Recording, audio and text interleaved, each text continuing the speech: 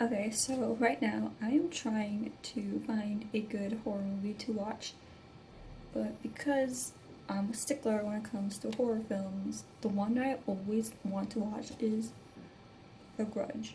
And let me tell you a little bit about how I discovered it and how badly it scared me to the point where I think I was pretty much traumatized from it. So basically, I think my older sister showed me when I was 11, and I watched it when I was 11, the third American version, and I heard that one was not that great, at least compared to the first two remakes, but it scared me to the core, unlike any other movie that or horror movie that I've seen.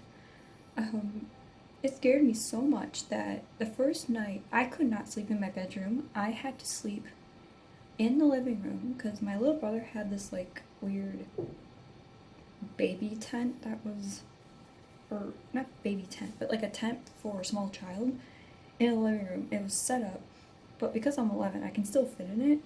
So I was so scared that I slept with the lights on in that tent because I was so scared of sleeping in my own bedroom.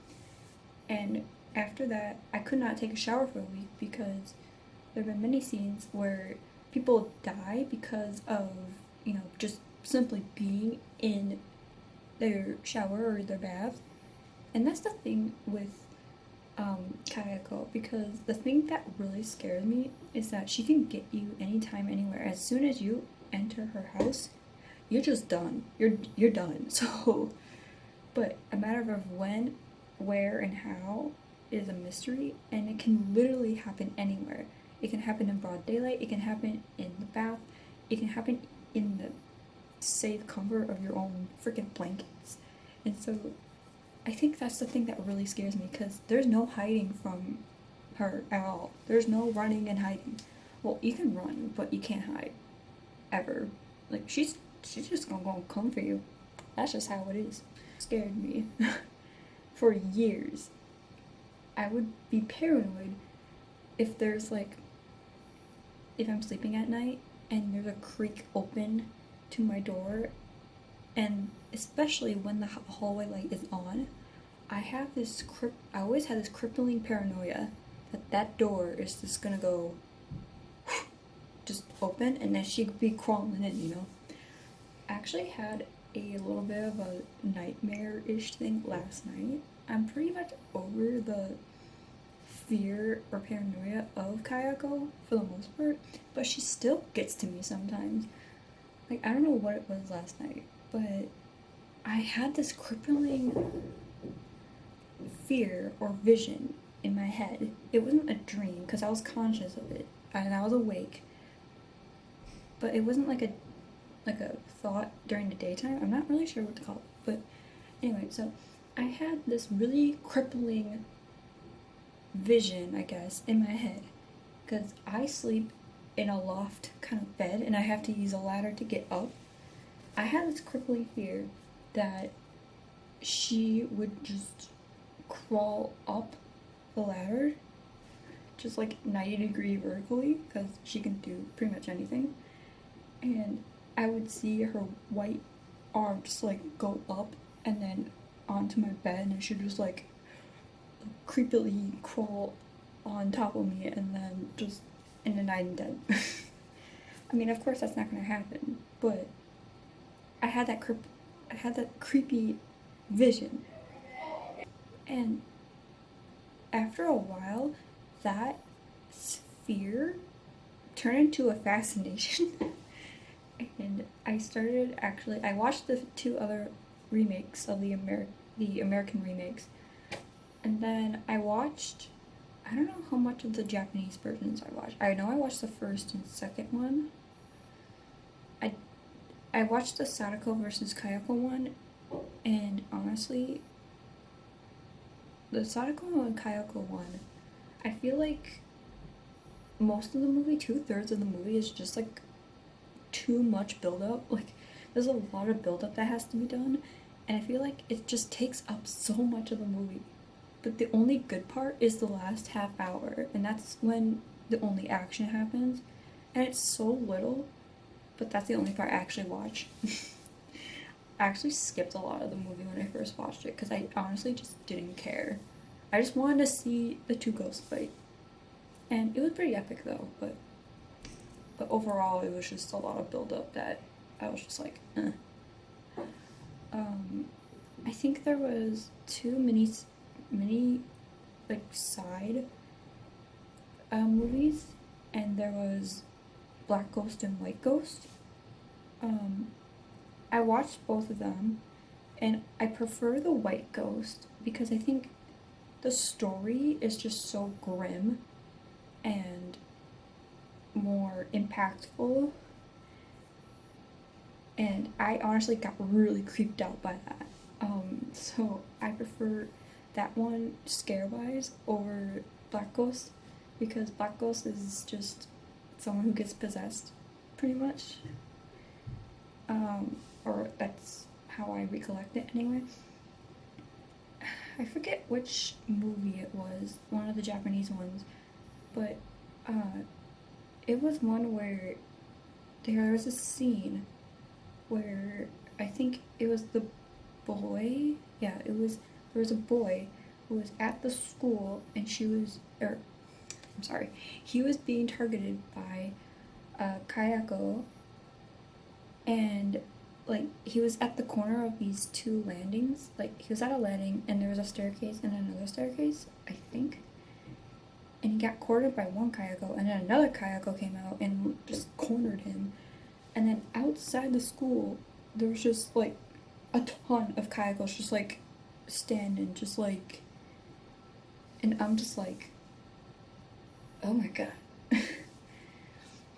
Another crazy scene that I remember is there was this one scene where there was a wig. I think this lady was like a wig hair person, and one of the wigs fell onto the floor, and then that's how her hair, like she came up from the floor, and then her hair was the wig from the floor, and like and the wig started moving towards her just like by itself at first, and then it got really creepy after that. And then I think this one really sticks with me the most. But there is this one, I think it was from the second Japanese movie. Yeah. And I think it revolved around a pregnant lady and she was giving birth, but I think she was already infected. I don't know if it was her or the baby, but basically she literally, because you know how the grudge is a curse that's always like reborn, she literally rebirthed the curse. Like she literally did it. And the husband just like watched, or well no, at first it was the surgeons and they got all freaked out and then they all died because that's just what happens. And the husband comes in, all the surgeons and doctors and everything are dead, and all you see is like the wife kind of just like there, and all of a sudden there's Kayako just like eats out of her, and it's so creepy, and I'm just like, oh my god. That's probably one of the scariest, like one of the most freakiest thing I've ever seen, that I'm like truly terrified, that made me truly terrified of. And I'm like, and me being the horror fanatic that I am, I was like, yes, this. And I guess the reason why I'm rambling about The Grudge is because I'm looking at the reviews right now of the first American remake of The Grudge, and it doesn't look like it has a lot of good reviews. And well, for me, it's one of the best horror movies I've seen, and I'm very picky when it comes to horror movies, especially nowadays. She still freaks me out. Oh my god. Like, I cannot look up pictures of her at night because she honestly still freaks me out. So, from what I get, the reason why people don't like it is because people don't see it as particularly scary. or the plot is really confusing. And that's the thing about The Grudge. Like, it's not supposed to be linear. I don't think you can judge this movie from a Western um, movie story perspective, because I, from growing up in a very Western country, I, I would think that we value stories that are action packed, that are straightforward but not too straightforward, and tells us what the plot is, that that we find out eventually, but we don't find out, maybe not immediately, but we find out eventually. And then it's also linear for the most part. Flashbacks are always acceptable. I think that's kind of a standard Western story plot that a lot of people like. And I feel like you can't judge this movie like that, even the American remakes of it, because it's not like that. And I guess it's why, well, I didn't know it at the time, but I think that's why I really like it a lot, because it's like, it's not like the Western, it's not like the Western style, and it's done really well in that different way. At least I feel. So I can kind of see where people think it's boring or like the plot is confusing, because it does. Well, I feel like the American versions are more geared towards the Western culture, the Western audience, because it's Kayako does look a lot scarier in this. She's more violent. What else? There's a lot more jump scares, and the story is relatively linear, if that makes sense. In the Japanese ones, I feel like, even though I feel like the Kayako herself is not as scary, the pace of it is more slow, and it can get boring at times and mundane. But I also like that in a weird way, because I feel like Kayako also has more dimension other than this ghostly killer kind of person or spirit, because she died in a fit of rage that causes her to internally just, I guess, attack and kill people, because she died in such in an emotionally and physically horrendous way. And that's pretty much what an onryo is, because Kayako is based off the Japanese folklore on onryos, because yeah, so I really admire that. And I feel like, I don't know if it was the first or second movies, I don't know, but I swear, because in the first movie at least, you can hear Kayako actually speak, because in the American movies, she does not speak. She just does that weird, like, creepy throat noise. But I feel like in the Japanese one, she shows a little bit more emotion, a little bit more, I don't know. I feel like I said, in the Western movie, she just is this stone cold, ghostly killer. But in the Japanese ones, I feel like she is that, but she's also, I don't know what you call it. She's also, she looks a little bit sad, and just, I don't know. That even in death, even though she's this powerful paranormal entity that can literally kill anyone, she still carries this kind of burden, this hurt from her life to death, and that's what fuels her, but also makes her really just, I don't know what word I'm looking for. Sad, because it's an eternal sadness that just keeps building and building, and it's never gonna stop. I think it's kind of like how depressed people kind of feel. This kind of hopelessness and kind of this eternal not sadness, but eternal hopelessness and pain and suffering, even though they may not express it visually all the time. And I think I really admire that in the Japanese films, that she just is given more depth other than this stone cold paranormal killer.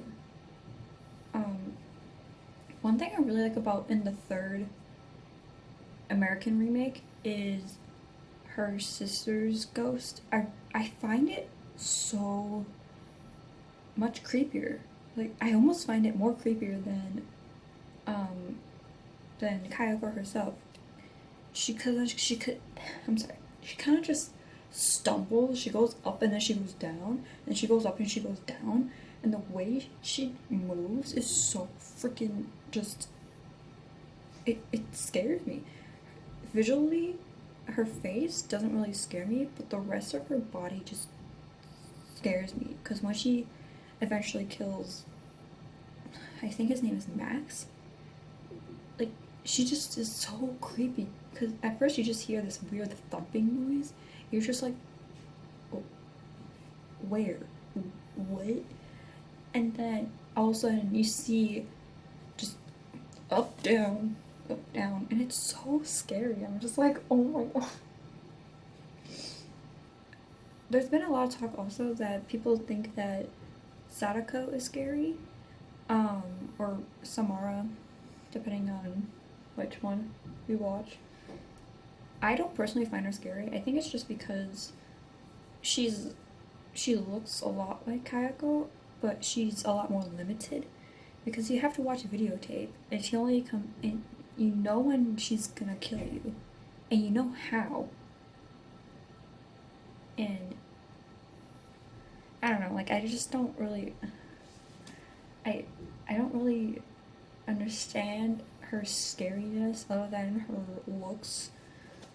Because, like I said, Kayako is limitless, and Sadako has a limit. You have to watch the VHS, and not only that, but you know in 7 days you're gonna die, and you know that she's gonna come out of the TV.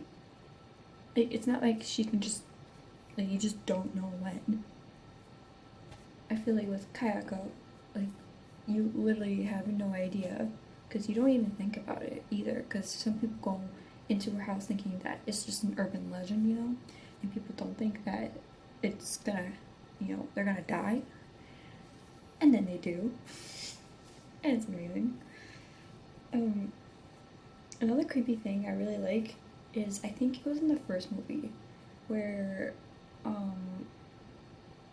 I forget the girl's name, but there was a bunch of high school girls, and there's 4 of them.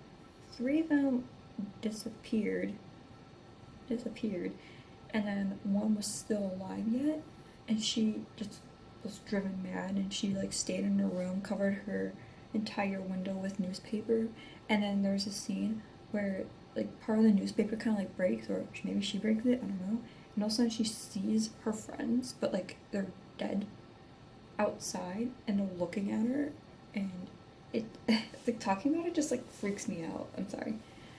And they come in, and they just totally freaking push her against the wall, or against the shrine. I think it was her father's shrine, because he passed away earlier.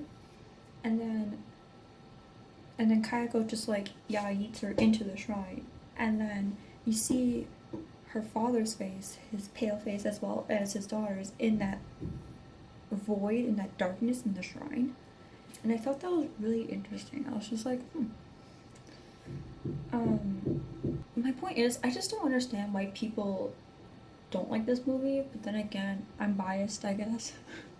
I don't know.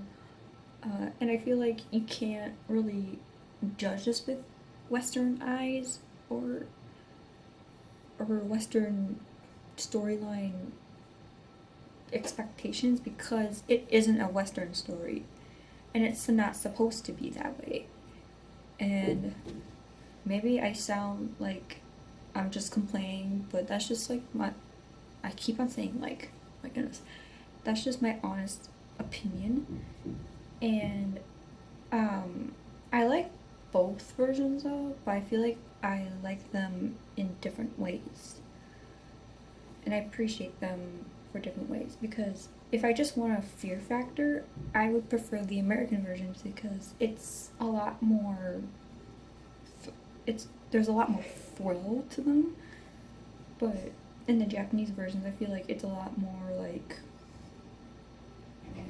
tension and kind of this non-traditional storyline that I can appreciate. And well, in a lot of ways, the Japanese versions are actually scarier. Like, the American versions didn't do the whole literal reborn of the curse. They didn't do the whole big thing on the floor. They didn't do the friends that come in and just push her against the shrine. They didn't do the weird double kayako corner thing.